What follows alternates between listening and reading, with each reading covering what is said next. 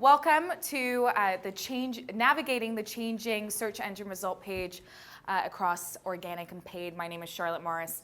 I'm the Regional Director of Paid Search for the East Coast. And I'm Jessie Lambert, Charlotte's counterpart on the organic side. Now the SERP is so complex, and it's changing every day. And part of the reason why it is so complex is really because we need to look at the SERP from the eyes of the consumer, which is really holistically. So with that in mind, we are going to start with the evolution of the SERP and discuss why it keeps changing. Then Jessie and I are going to talk about our top 10 most important elements while navigating the SERP.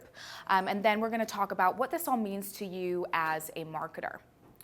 And really, I think the key that we really want to drive home here is, we want to increase the shelf space, and really that brand experience is of utmost importance, especially when we're talking about the holistic multi-channel approach. It becomes even more integral to sort of own that entire brand experience.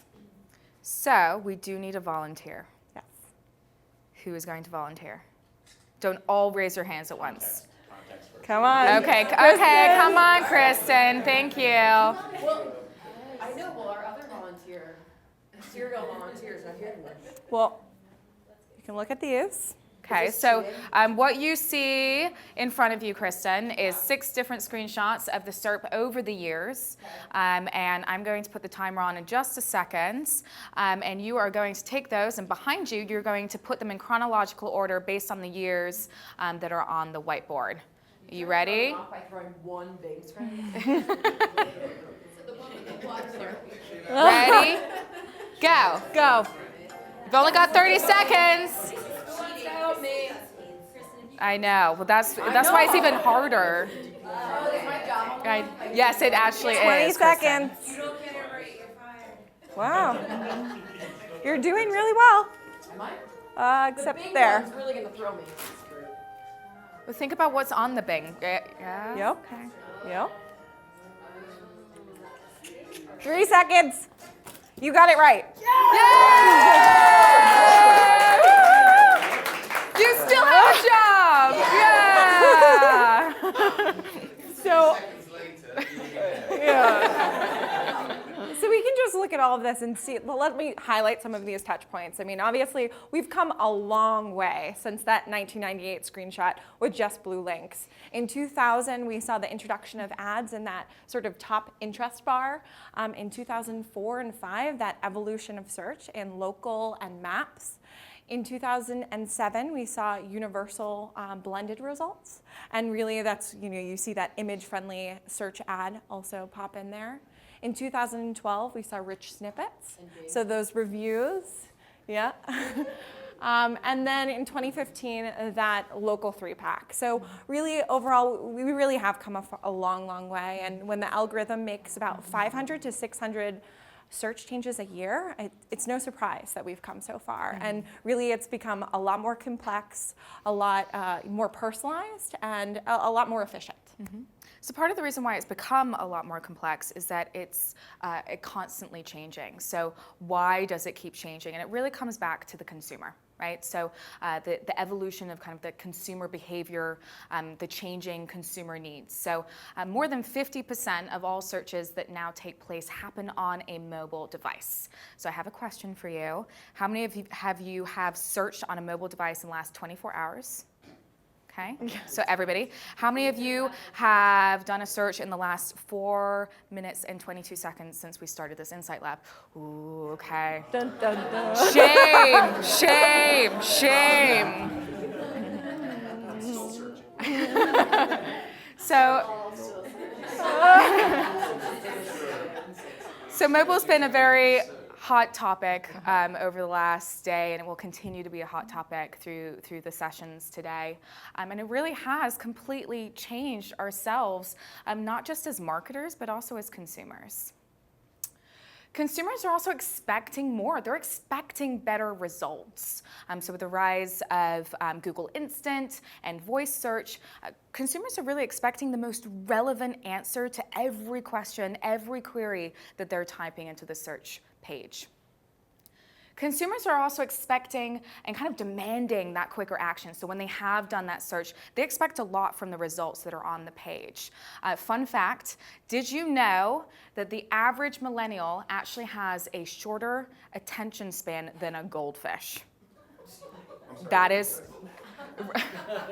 nice. So a goldfish has an attention span of, it was a study. It was a study. It's in the sources, the appendix.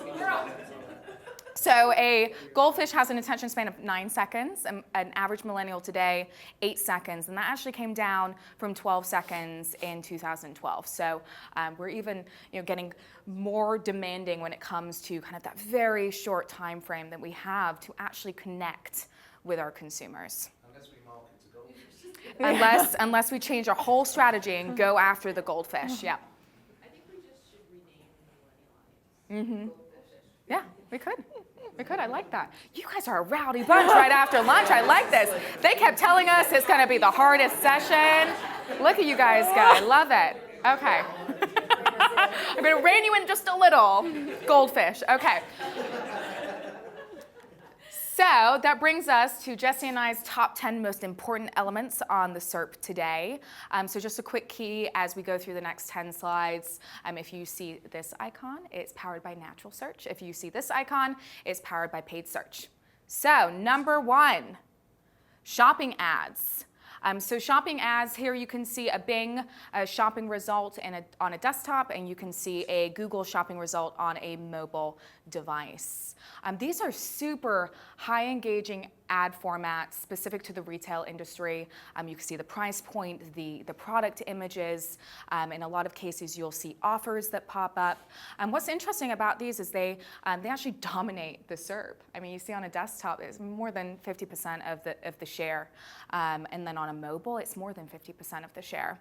So this is actually powered by structured data and feeds on the back end, which I think was the session that you guys were in just before lunch.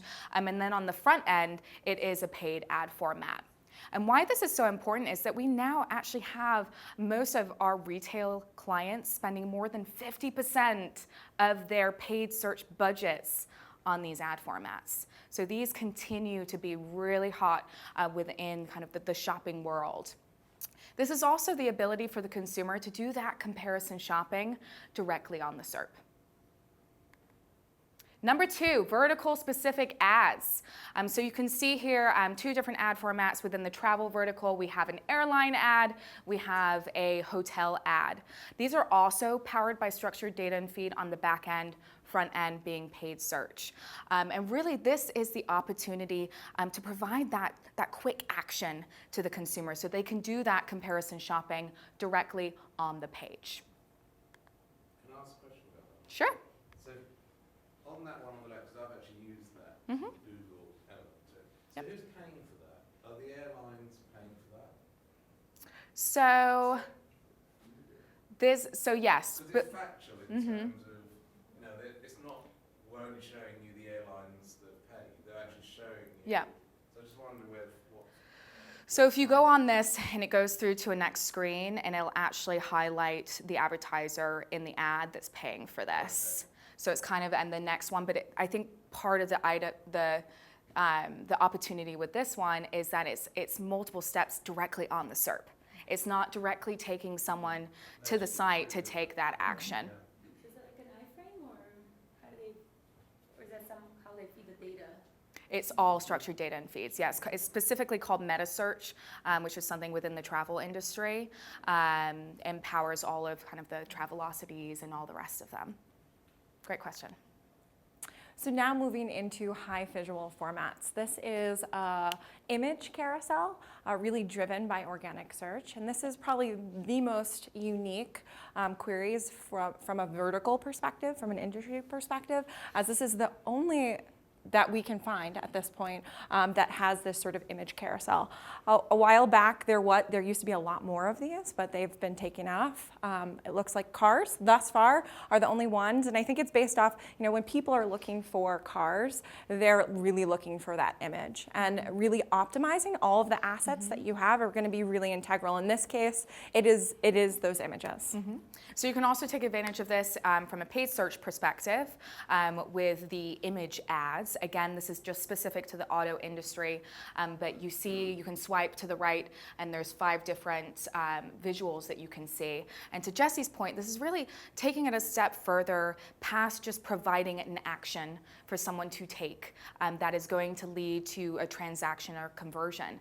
This is about understanding the brand experience. Right? These are high funnel keywords, and that's telling us that this person is in that research phase. They're not ready to take an action or maybe go to a dealership, but they're trying to understand, what are these cars going to look like? What are the specs? And start that kind of consumer research.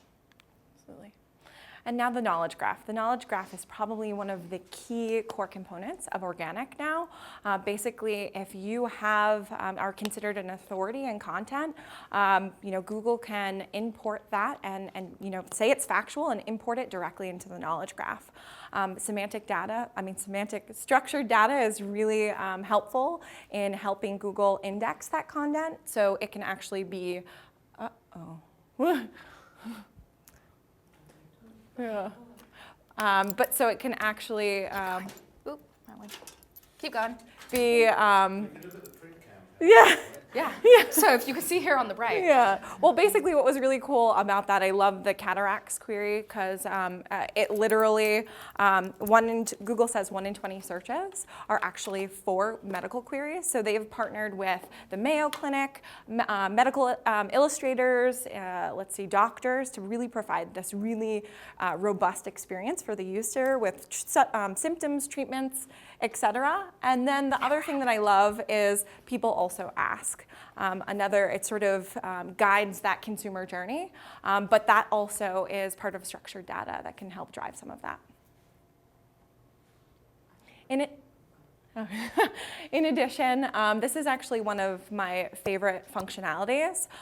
If you look at J.Crew, I'm sure you guys have all seen this informational search box within a search results page. But what's unique about this is J.Crew has optimized it. So when you type in white dresses within that search box, you're actually immediately delivered into that website to specifically white dresses. This is a really cool feature, and it's really just one declaration you have to put on your homepage. It's structured data schema, and it's basically allowing Google to index your internal search. So really cool. It really takes that consumer to the next step in their journey. So we can also take advantage of these kind of deeper content connections through paid search. So you can see here a search for Sunglasses Hut that shows kind of a large ad. And they are using the extended site links. And so those are pretty much mini ads within the overall ad, but they go to a different page within the site. So having those deeper content connections and taking full advantage of those within paid search as well. Can I ask another question? So, I'm probably the most ignorant person in the room on all this stuff, so that's why I'm asking. So I think I see a lot of that where he's got Sunglasses Hut, and my instinct is normally not to go for the top Sunglasses Hut, it's to go for the Sunglasses Hut underneath, which all feels like, well, that's the official one, and I wonder what stats there are in terms of what proportion goes to the top one versus the second one. Because I think it's almost like we've come from an era somewhere in here. That's somehow not the official one, that would be maybe ripped off the wrong side. There are tons of studies on this, and actually when we get a little bit later, we are talking a little bit about the newest one that really had the most impact. Well, but we'll get to that because I think and it's even more complex with mobile because mobile, people are used to that scrolling mentality. But roughly, we can say I think about 75%, even on desktop, a little bit more on mobile, is actually organically clicked. So people, actually go down to that organic click versus paid. Because they don't trust that one. Is that why, do you think? Is there a trust issue there? You know, I think it's really interesting because if we actually look at our examples from earlier on the board, you know, Google went through, and Bing as well, went through this period of time where they would highlight the different ads. And today, it's actually really hard as both a marketer and a consumer to see the difference between organic and paid. So, you know, I mean, yes, I think that this one's actually kind of not covering it, but there's a little sponsored in the top right corner. But if someone's just glancing, I think it's actually really hard now for a consumer to actually know if they're clicking on a paid ad or on an organic ad. Absolutely. Just to interject, a lot of times for our brands, that do have resale partners, we actually put official site in the ad copy to really speak about to that point of, is this going to get ripped off? Am I going to the right site? So if we have brands in, you know, Sunglass official site. One of the worst examples in the UK, so Levi jeans. So Levi's in the UK are really expensive. So you get, if you were to sort of Google Levi's now, what might be at the top is Levi's Direct. And you end up in a site in Poland or something. And they send you the jeans, and if you to try and send them back, it's almost impossible. But that's actually appearing at the top. Oh, interesting. And it's the next one down is actually the official Levi site. And I think it's because I just think instinctively, if Sunglasses Hut, which is a well-known brand, why do they need to advertise almost themselves? That's, as a consumer, why do they need to? All the So that is a great topic, and in the interest of time, we're actually going to continue. But I will have a full discussion with you about this one because I could probably talk about it all day. But I think that,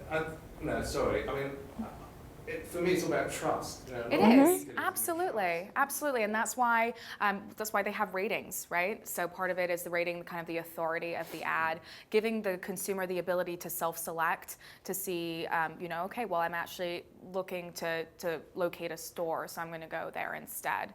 But I mean, it's definitely a hot topic, but we can discuss later. So you keep your mind. Sorry, I'll shut up a minute. Is that if you're searching for Sunglasses Huts, but why would you not spend the money on summer holidays or something related to why you need sunglasses and then have it on there? Oh, well, I think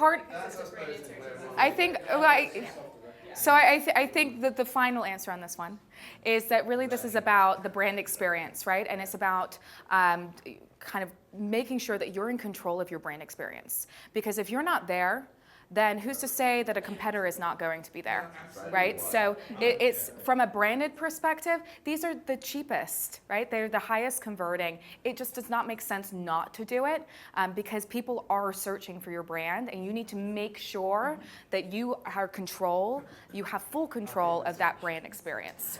And I think we're going to have to. Okay, we're going to keep going, guys. Keep going here. And now that we've talked about this deeper connection, I think this is one of the cool sort of next steps in that sort of further down the conversion funnel. With Staples, actually particularly Bing, they have these sort of action buttons, call to action buttons, to really direct the user to that direct path that they're looking for. In addition, and something that I'm most excited about from an organic perspective is microforms. This is actually being piloted currently by Google, and it's restricted to just a small set of data providers.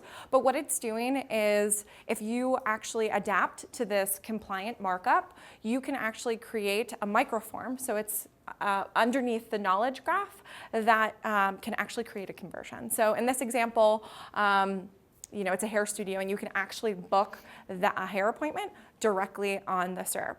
Google is saying that this will actually, once the point of conversion actually happens on your website, but pretty amazing that now these connections can happen directly on the search engine result page. Do you know if Marketo is integrated as one of the partners? I don't think so, but I'm not 100% sure. I'd have to look. But could you do could it be Best Buy and then down to a Microsoft product or something? That I don't know. This is so new, and to be honest, they keep sort of changing and shifting the, originally I was thinking that it was going to be for a lot bigger companies, at least this top the pilot project, and I thought like we'd see renter insurance and big companies involved there, but now it seems to be only very specific to place actions, so more localized, intent-driven conversions. But that begs the question. I mean, this, if it works and people are adapting to it, it could be renting a car. It could be directly under that SERP. So pretty fascinating. It's called microforms. Mm-hmm. And localized results. 4 in 5 searches actually have localized intent. So when we talk about location-based signals, it's so important to have, especially if you're a brick and mortar, to have unique indexable landing pages. Local is it's very different, the weights associated with it versus a regular SEO campaign. There are things that you need to consider like, local NAP citations, local reviews, my business signals. All of these things will really help you rank well, and particularly in this very mobile-centric world, it's so important to have those signals. So you can also take advantage of this from a paid search perspective. So here's an example for Aldo. Yay, in the back of the room. Oh, okay. Beautiful ad, I must say. Very beautiful ad. So here we can actually see location extensions. So these are popped up directly within the ad, and that's the ability to really have the consumer, when they're searching, have the ability to kind of understand where is the store, and be able to navigate to kind of that offline. Sharp. Yep. We're out of time. Okay. How are we out of time? Yeah. Yeah. It was so compelling. Yeah, the next group is. Okay. Yeah. Okay. We will continue on. So we've got personalized results, and we have it's changing every day. And then this is your key takeaways. Take a picture of it. Yeah. Jessie and I will present it to this group after if you would like to stay longer. Sorry about that.